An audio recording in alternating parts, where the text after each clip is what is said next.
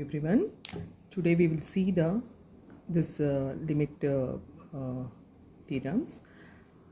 If Sn converges to S, if Sn not equals to 0 for all belongs to for all n, and if S is not equals to 0, then 1 by Sn converges to 1 by S. These are the properties of the limits. Sn not equals to 0. Why Sn is not equals to 0? If 1 by Sn we are taking here. If 1 by 0 means it is not defined. Similarly, S is not equals to 0. Because 1 by S we are taking here. That's why it is not equals to 0. First, given things you try to understand. If Sn converges to S. So given Sn converges to S. This all revolves around convergent, limit, and this one bounded.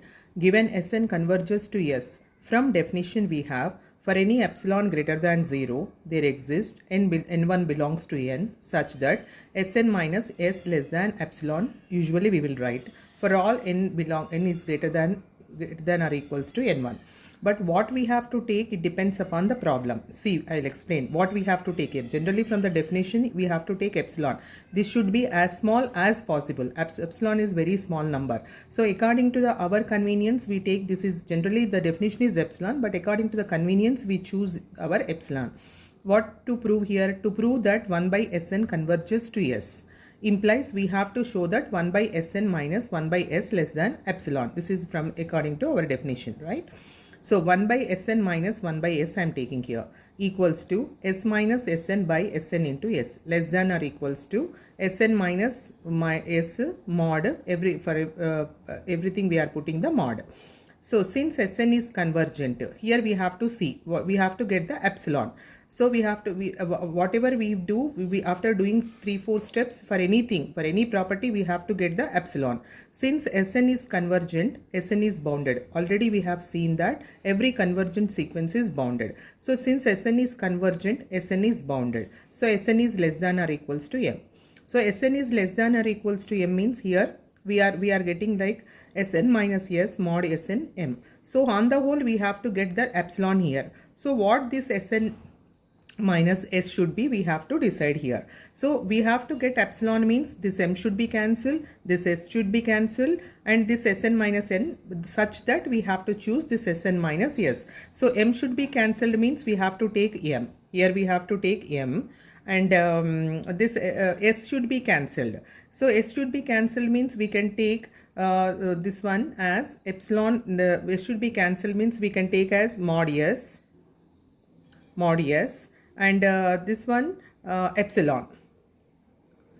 So Sn minus S we are taking such that mod is less than mod S capital M epsilon. So that how it becomes like Sn minus S is equals to what we have chosen, mod S, mod S M capital M epsilon. So already here mod S is there, M. So this is equals to from 1. With this you can take equation 1. So after doing here from here we are coming to know what we have to choose here. That is very, very important here. So mod, this should be cancelled. We have to get epsilon. So mod S M epsilon S. So this will be cancelled. This will be cancelled. We have got 1 by Sn minus 1 by S is less than or equals to epsilon. So that means what? 1 by Sn converges to 1 by S. That is limit n tend to infinity 1 by Sn equals to, that is 1 by S. This is important theorem. Next theorem is, this is also important theorem. If Sn converges to S, Tn sequence this one. See, Tn converges to T, then the product of Sn Tn, the sequence Sn Tn converges to St. That is limit Sn Tn equals to limit Sn into limit Tn. First, given things. Given sequence Sn converges to S.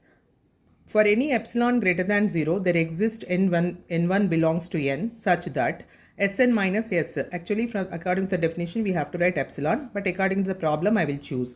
For all n greater than or equals to n. This n1 we are writing here. All greater than n is greater than or equals to n1. And also, this we have to take as the equation 1, but we have to choose here. And also, Tn converges to T. For any epsilon greater than 0, this is the definition. There exists n2 belongs to n such that Tn minus T less than epsilon, but I am not choosing here. Here, after deciding here, I will choose here. For all n greater than or equals to n2. So this is equation 2. So we have to prove that Sn in Tn converges to Sn. So Sn Tn minus St. This is St, sorry. Sn Tn minus St equals to Sn Tn minus Snt. We are subtracting Snt, we are adding Snt minus St. So less than or equals to Sn Tn minus Snt plus Sn mod Snt. We are using this property. A plus B is less than or equals to mod A plus mod B. So this we are separating Sn Tn minus Snt plus Snt minus St. Sn into Tn minus T plus T into here common T. So Sn into Tn minus T plus here we have to choose.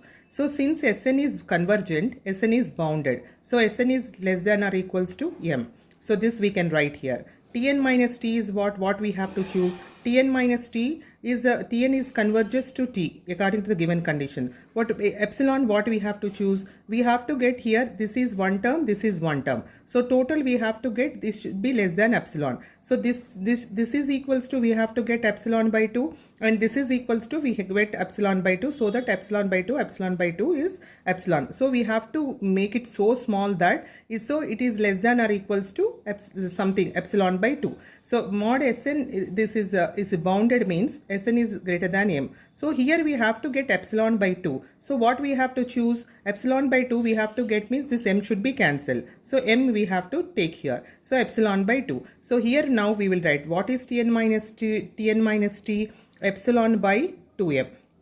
This is equation 2. Next if I come here, Sn minus S. Sn minus S means here mod T as it is we are writing, this is not anything. So here we can take, usually we guess 2 into, because we have to get epsilon by 2, usually we will guess 2, it is mod T. So okay, so but if T is what? It is a limit. Limit means it can be equals to 0. So epsilon by 0 we cannot define. So that's why we are writing some 2 mod T plus 1. If it is 0 also, in case 0 plus 1, it will, that's why we are writing. Otherwise if it is any number like, we can take 2T, we can cancel epsilon by 2. So here epsilon by 2, this is epsilon by 2, this is epsilon by 2. So here what we have to write? Sn minus S. Sn minus S should be less than what? This value. So this is what? Epsilon by 2 mod T plus 1. So this is equation 1. So according to this, we have to get epsilon by 2 here, we have to get epsilon by 2.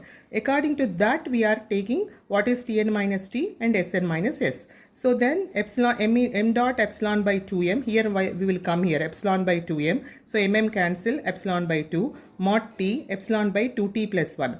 So here epsilon by 2T is less than some number. So if we add some number, if the denominator increases, it will be less than that number. Epsilon by, definitely it will be less than epsilon by 2. So T, suppose it is there epsilon by 2T, if I take, this is less than epsilon by 2. Here I am adding one more number. So one more number means if the denominator increases, this value is still less, it will become less. So it is definitely less than by epsilon by 2. So epsilon by 2, this is epsilon. So that's what we are reached like Sn minus Tn minus St is less than epsilon.